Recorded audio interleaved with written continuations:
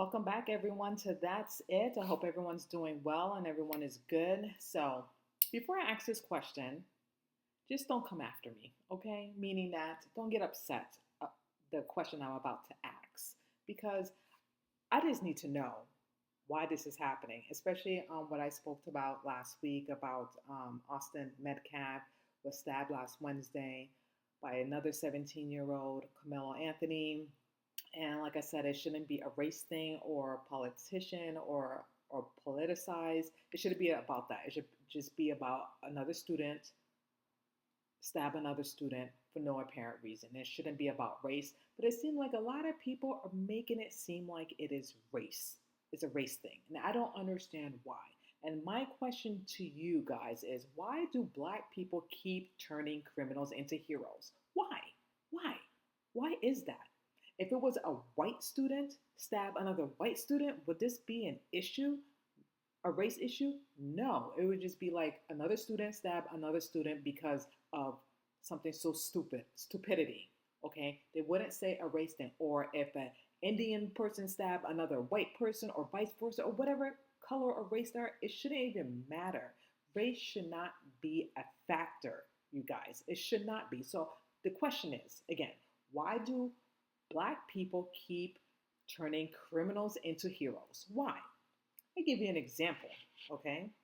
This gentleman right here, everyone knows, George Floyd. They politicized, they made him as a hero, and which all actually he was a criminal, okay? Criminal breaking into people's homes, assaulting women, a drug dealer, using fentanyl, counterfeit money, and all that. They built a statue for him. They built a statue for him like he was Jesus the Messiah, when all actually he was a criminal. Okay, a criminal, which is not fair. I just don't understand why Black Lives Matter just pumped this up and made it seem like he was God when he was not God. He was a criminal. Okay, did some really bad things to other people, and they just made this whole big spectacle about race when it shouldn't even be about race. And I feel like they're doing the same thing again with this um, kid, Carmelo Anthony. Oh, people should give him grace. People should give him the benefit of the doubt. Now he's saying, excuse me, sorry. Now he's saying that it's self-defense. He was being bullied. Of course, he's going to say that because he was in the wrong for stabbing an unarmed student. Okay, Austin Metcalf was not armed. He just asked this kid politely, "You're sitting in the wrong seat under a tent. Okay, you don't. That's not your seat." And he kindly asked him to move. And Carmelo Anthony got hostile, got agitated, and like he wanted to do something when Austin just asked him just to move. Okay, so I don't understand why people are giving this kid grace. He killed someone.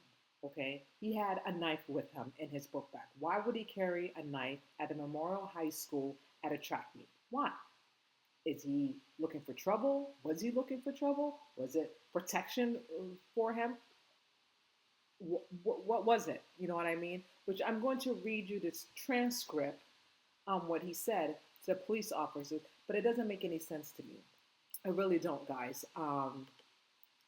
That he's saying that it's self-defense. He's saying that he was being bullied by the two twin brothers, which there was 30 eyewitness plus a coach who witnessed everything. I wasn't there, obviously. You guys wasn't there. The people that was there, they saw everything. So I don't know why people are jumping into conclusion that this was like a bully thing, which I believe it wasn't, even though I wasn't there. And it can't be self-defense because, again, Austin Metcalf was not armed. He didn't have any weapons or anything with him whatsoever. So I call bullshit, but he has to say that, even though he confessed to the police officer that he did do it. He did stab Austin Metcalf in the chest, and he took off, and then Austin was like, told someone, seek for help, like have someone to help me. So I just don't understand why this is have to be a race thing, which it shouldn't be at all. It's just that this kid, Carmelo Anthony, stabbed an innocent kid, 17-year-old Austin Metcalf, for no apparent reason. And he needs to take accountability. And it's like no one's not taking accountability for young black um, men that commits a crime. Like we have to give them praise and grace. No, if you do the crime, you got to do the time. You, there was no reason for him to carry a knife. First of all, there was no reason for him to be agitated and to stab another kid. All he had to do is just move. That is it. But he wanted to start a fight. He was picking a fight. He was just starting a scene when the scene didn't need to be started in the first place, period. So I'm going to read to you the transcript, what happened on last Wednesday. So this happened in Frisco, Texas. The suspect accused of a fatal stabbing of a 17-year-old and a Frisco high school student at a track meet Wednesday morning reportedly confessed to the incident, claiming that he was protecting himself according to the arrest affidavit. One witness reportedly told the police that the victim, Austin Metcalf, had told the suspect, Karmelo Anthony, he would need to move out from under his team tent. The affidavit stated that Anthony is a student at another high school. Okay, he was not even a student at the Memorial High School. And the question is, why was he there? Did he know someone? Did he knew someone at that high school? I'm not quite sure. They haven't gave any details about that yet. But that is a $1 million question: why he was at the track meet at that high school. But was reportedly sitting under a Memorial High School tent. Upon telling him this, the witness told police that Anthony opened his bag and reached it inside. And this is what Anthony said to Austin Metcalf: "Touch me, see what happens." Anthony told Metcalf, according to a witness. Metcalf reportedly then touched Anthony. The witness told a responding officer, and Anthony told Metcalf to punch him and see what would happen. Soon after, the witness said Metcalf reportedly grabbed Anthony to tell him to move, at which point the affidavits continue. Anthony reportedly pulled out what the witness recalled a black knife and stabbed Metcalf once in the chest before running away. Metcalf reportedly grabbing his chest and telling people to get help, the witness told the police. The affidavit showed that another witness interviewed by the police told the same story about the altercation occurring inside the Memorial High School tent. In the affidavit, the arrest officer says that when he found the 17-year-old Anthony, he reportedly told the officer, I was protecting myself, before the officer had even questioned him about the incident. As the officer was walking Anthony off the track, the suspect reportedly further said that the Metcalf had pulled his hands on. Anthony was then handcuffed. The affidavit reads, after another officer arrived, the arresting officer advised that he had the alleged suspect, to which Anthony reportedly said, I am not alleged, I did it. So he confessed. He confessed he did it. He confessed that he stabbed Austin Metcalf in the chest. Okay? He confessed. The officer noted fresh blood on Anthony's left middle finger while he was in the back seat of the vehicle, the reported detail. Anthony asked the officer if this action would be considered self-defense. Then Anthony asked the officer about Metcalf. Was he going to be okay? Then an attorney, Kevin Hayes, said he told the reporters that relevantly wrote that Anthony defended himself against violent aggressor, which Anthony Carmelo was the aggressor. He's the one who pumped up his chest and said, what are you going to do? Touch me, touch me, touch me. And if you do touch me, this is what's going to happen. So Anthony was the aggressor. I don't believe that Austin Metcalf was the aggressor. All Austin was doing and saying was, can you please move, because this is not your seat. And Anthony got hostile, got aggressive, and pumped up his chest saying that, what are you going to do? What are you going to do? If you touch me, something's going to happen. Like he was starting a fight for no apparent reason. All he could have done was just move. Then said they tried to jump him. That's what Anthony is claiming, that the twin brothers were trying to jump him and claim that they were trying to take Anthony's belongings, broke his phone, and stomped on it. Which, again, I wasn't there, but he's reaching here. He's reaching here. Attorney Mike Howard told the WFAA that a claim of self-defense would be difficult to make given that the victim was unarmed. He also said to the prosecutors will likely argue that Anthony provoked Metcalf. Now, according to the affidavit, the knife Anthony alleged stabbed Metcalf was Metcalf, was later found at the bleachers at the track. Anthony is being held at the Collin County Jail, where there is a bond has set for $1 million. $1 million. Now, Austin Metcalf, his father, made a statement to the reporter, the WFAA, and he states, "This is not a race issue. This is not a black and white issue. I don't want someone to step up on this soapbox and trying to publicize, publicize this. Unless you were there, unless you saw it, don't spread gossip," Metcalf said. When asked about the Anthony's comments regarding the self-defense, Metcalf told the WFAA that he didn't think stabbing someone at a school track meet was a reasonable excuse for being told to move. And then lastly, an attorney, tongue twister, and Anthony arrest paperwork, police listed more than 30 witnesses who saw the stabbing, including students and coaches. Now, this kid is done, okay? This kid is done. I don't care what he said in his affidavits. I don't care what he told the police. If you have 30 witnesses, okay, who's saying exactly the same thing, you know this kid is lying. Okay, this kid is lying. In my opinion, this shouldn't even have a trial, okay, because he's just going to lose. All the evidence is stacked against him. You know, he can play the self-defense card, he can play the bullying, but it's not going to work because no one's not buying it, including me, especially the 30 witnesses that were there. It's just, this is a smoking gun, okay? This kid is guilty. His life is over. His life is finished. And all he could have done was just move gracefully. Move. That's it. Just move. But no, he wanted to be a hothead, okay, because I don't know who raised him and took another kid's life for no apparent reason when he could have easily moved. Now, correct me if I'm wrong. I don't know the laws in Texas, but he's 17. You're not supposed to carry a weapon, okay? You have to be underage. So I looked it up.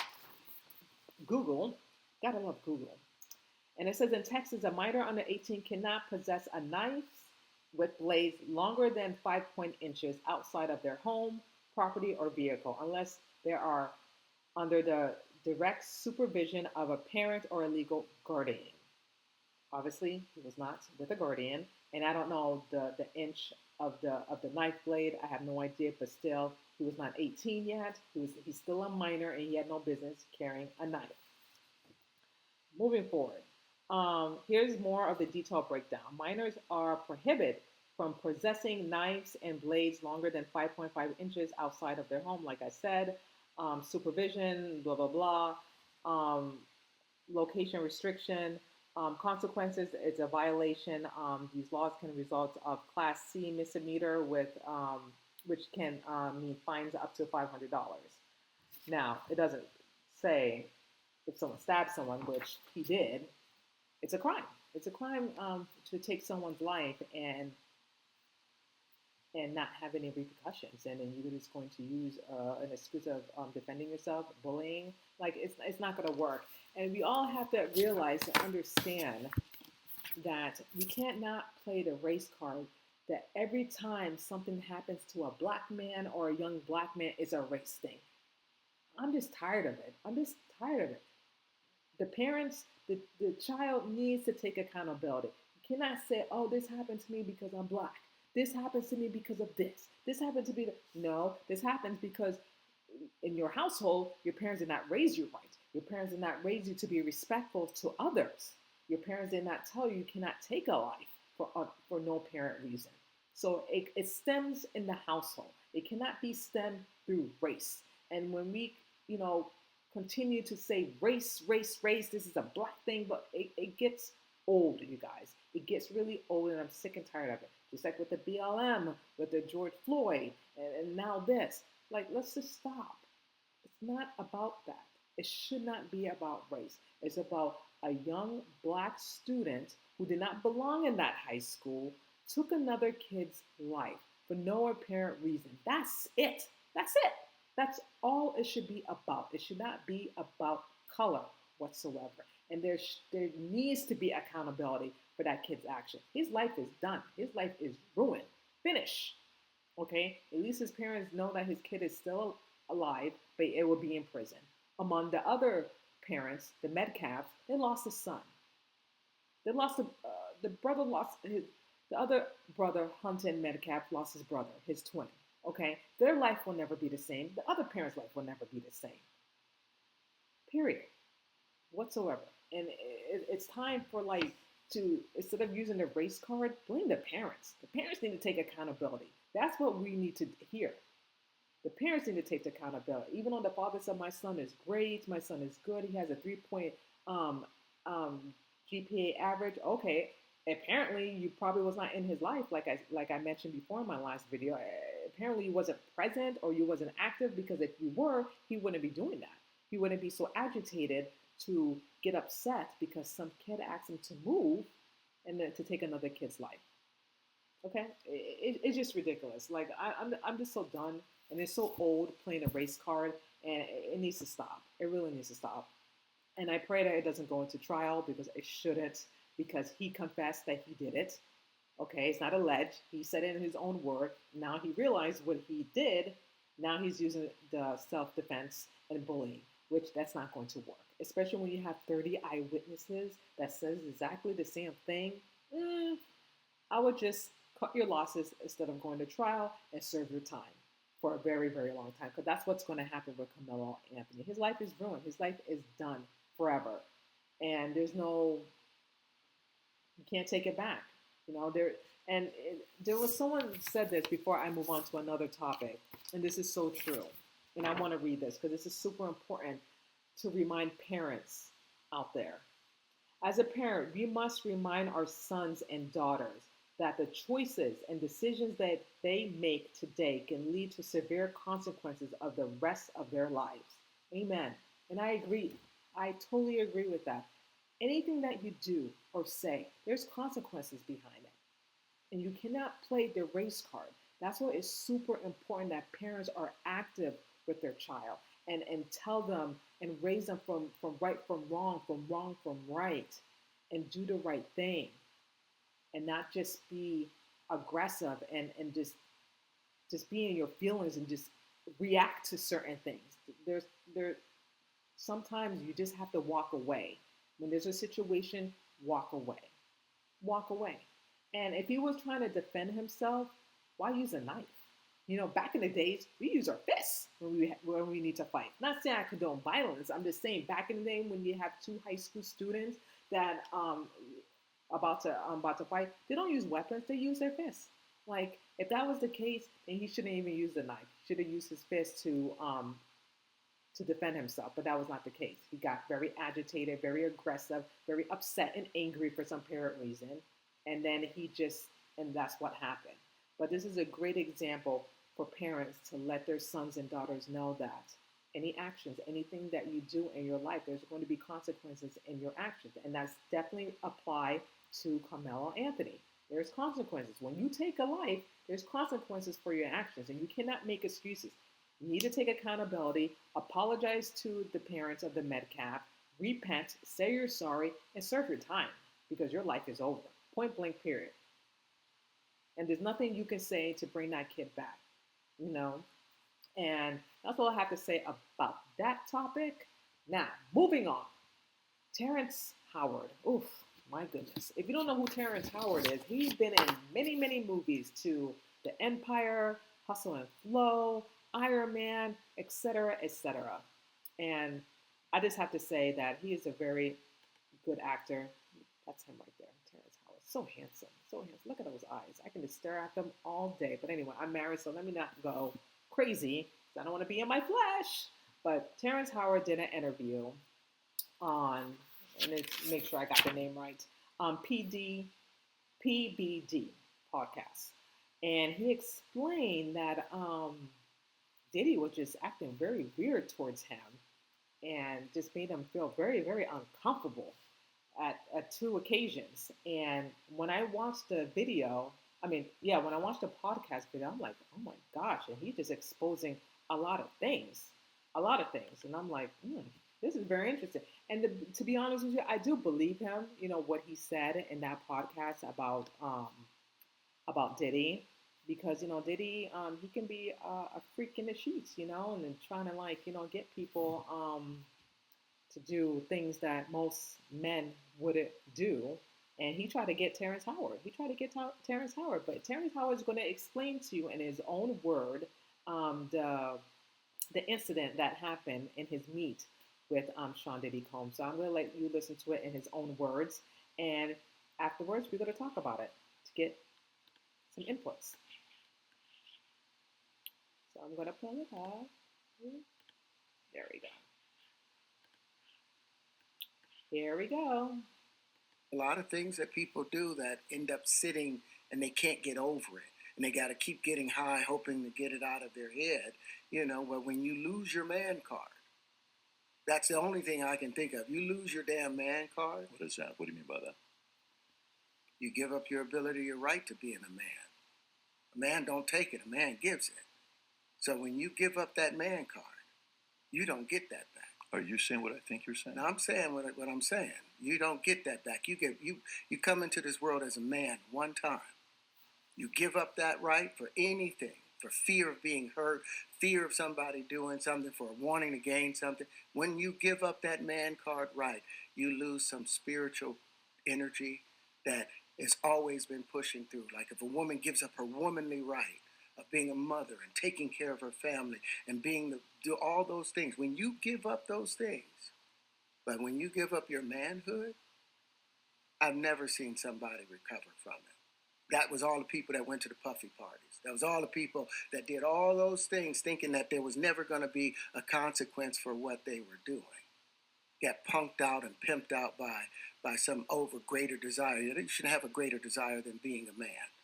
So I believe that's a big problem with a lot of the actors out there because they get fluid. And next thing you know, once you go fluid, it's gone. You don't have any foundation to pull yourself back from. So maintain your man card, no matter what. Man, I mean, one of the things you're seeing, you went to a whole different place. Sorry. No, I get it. So you see some guys struggling with that. You see Bieber struggling with that. You see some of these guys struggling with that. They can't get it out of their head. They can't get it out of their head. The things that they did, no matter how they did it, whether they were drunk or high or whatever, you gave up your man card. You need therapy. And that's the thing that hurts them the most. And so they end up on drugs, end up every way to try and get rid of any principles there are. And that's what the business does. And the women that trade their bodies to go and get the role, they get to the point where they have their Oscar, they have their money, but they don't have their dream. They don't have the soul that they started with. So it's like achieving don't mean anything. If I get all the Nobel Prizes from doing all of this, but in the process I have to trade out all of my integrity to do it so that they can stay in place, what benefit is that if I lose my integrity? You got to go in as a principal. And what we were brought in here as men. We produce 1,500 sperm per heartbeat for a reason, because the aggression is necessary. You don't trade that in, no matter what. Hey, did you ever have the opportunity where you got invited and you said no to it? Hell yeah. What was the consequences when you said no? Puffy invited me for weeks, asking me to come and teach him how to, wanted me to be his acting coach for a while. Go there and he's sitting around just looking. I'm like, okay, what's the material you want to work on? He's just looking at me. Then next thing you know, okay, hey, will you help me? I want to hear your music. So I come over there and I play the music. And he's sitting there. just looking at me, like waiting. Okay. So then my assistant was like, he wants to hang out with you next week. And I was like, for what? He's like, I think he's trying to fuck you. That's what my assistant said. I was like, oh, okay. Now I get it. So now no more communication. Now you know to be hands off with somebody. A number of producers come in to make the approach, and you threaten to punch them in the mouth, or threaten to knock their head off for talking to you like, or looking at you like you're a woman. When you approach a real man about his masculinity, you're going to get a real reaction back. It's a difference when a guy walks in a room and when a man walks into a room. And a man don't take the same things that a guy will accept. So always be the man in the room. And that's always been my whole thing. And I've lost businesses because I don't bend over in that way. I don't compromise. I don't play gay roles. I don't kiss a man. I don't do that shit because the man card means everything. Okay, stop right there. I have to agree with him. I have to agree with Terrence. Terrence Howard. What he said, he's absolutely correct. You just don't give up your integrity and your soul because you're at a Diddy's party or any party. You just don't compromise that. You don't compromise your manhood. You just don't. Sorry, you guys. There we go. You just don't. And he's absolutely right. Hollywood is a satanic world. People, celebrities, music artists, they would do anything. And when I mean anything, whatever it takes to be successful. If that means to sell their soul to the devil, that's exactly what they're going to do. And some people are willing to compromise their respect, their dignity, to get that, to get to the height, not to the height, to be successful. They're willing to do whatever they need to do. And then later on, they regret it. They regret it because they sold their soul to the devil, and sometimes there's no turning back to it because once they have that piece of you or the things that you have done, and if it's allegedly recorded or taped or there's audio, it's a wrap. It's over. They own you. There's nothing you can say or do. And sometimes it's important to walk away. And that's what Terrence Howard did, and most actors as well. They saw what was happening, and they're not going to degrade themselves or have. They had integrity to not to go there, not to go that route. And he stopped it right there and then. Right there and then. Can you imagine if you're in a room with Sean Diddy Combs and he just keeps staring at you? Look at this. Keeps staring at you. That will freak me the F off. That would freak me off. Keep staring and not saying anything. Not once, but twice towards Terrence Howard. That would make me feel uncomfortable. And I bet that made him feel uncomfortable too. But it seemed like Sean Diddy Combs, he was thinking, you know what I mean? Like, fresh meat. Look at this flesh. That's what he was thinking in his mind probably. That's why he was not saying anything. And luckily, Terrence Howard's assistant said, this man wants to beep you. Sorry for the cursing, what he said, but okay. And then Terrence Howard shut that down. No more meetings, no more this, no more that. I'm out because I am not with that. Okay, I don't go that route. Okay, he made it very clear, and good for him, and good for other people that turned it down too. Because, like he said, a lot of people at that freak-off party, they had done some things that they were not proud of. There were probably drugs involved, alcohol. Some people were drugged as well that wasn't aware that things were happening to them, and then they did some stuff, and they probably were ashamed and embarrassed, especially as a man. They took their manhood, and he's absolutely right. They don't take unless you give. But I have to disagree with him on Terrence on the other part. Like if they were drugged, they probably was not aware that they were drugged or the alcohol was laced. You get what I'm saying? So sometimes when you're being drugged and you're under the influence and you're not aware of it, you could do some crazy things that you normally wouldn't do.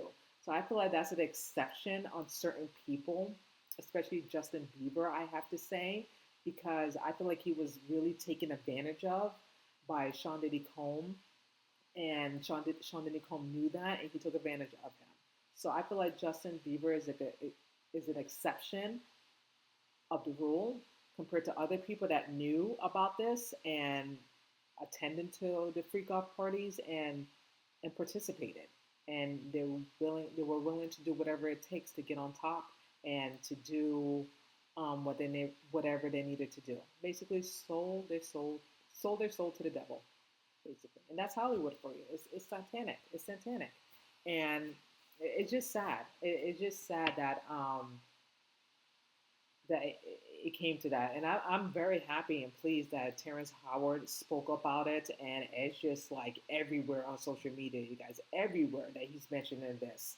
And it's just crazy. And another thing too, I just found out that Cassidy, she's going to testify. She's going to testify against Sean Diddy Combs and tell her story, which is great because even though they're not going to present the video that happened to her when she was beaten by her ex-boyfriend, but she is going to testify, and she's using her name. She's not using an alias or Jane Doe. Good for her. Good for her for speaking up and telling her truth and telling her side of the story, and she's not afraid. So good for her, and it will help other women out there that were sexually abused by their significant other or their husband, that it's important to speak up and have awareness. And that's exactly what she's doing. Among other people, they're using different names so they don't, so their real names do not be exposed. But with this is just crazy. And to be honest with you, let me take that back. It's not crazy because all the things that's been going on with Sean Diddy Combs and all this this case, I'm not surprised that he would try to make a advance towards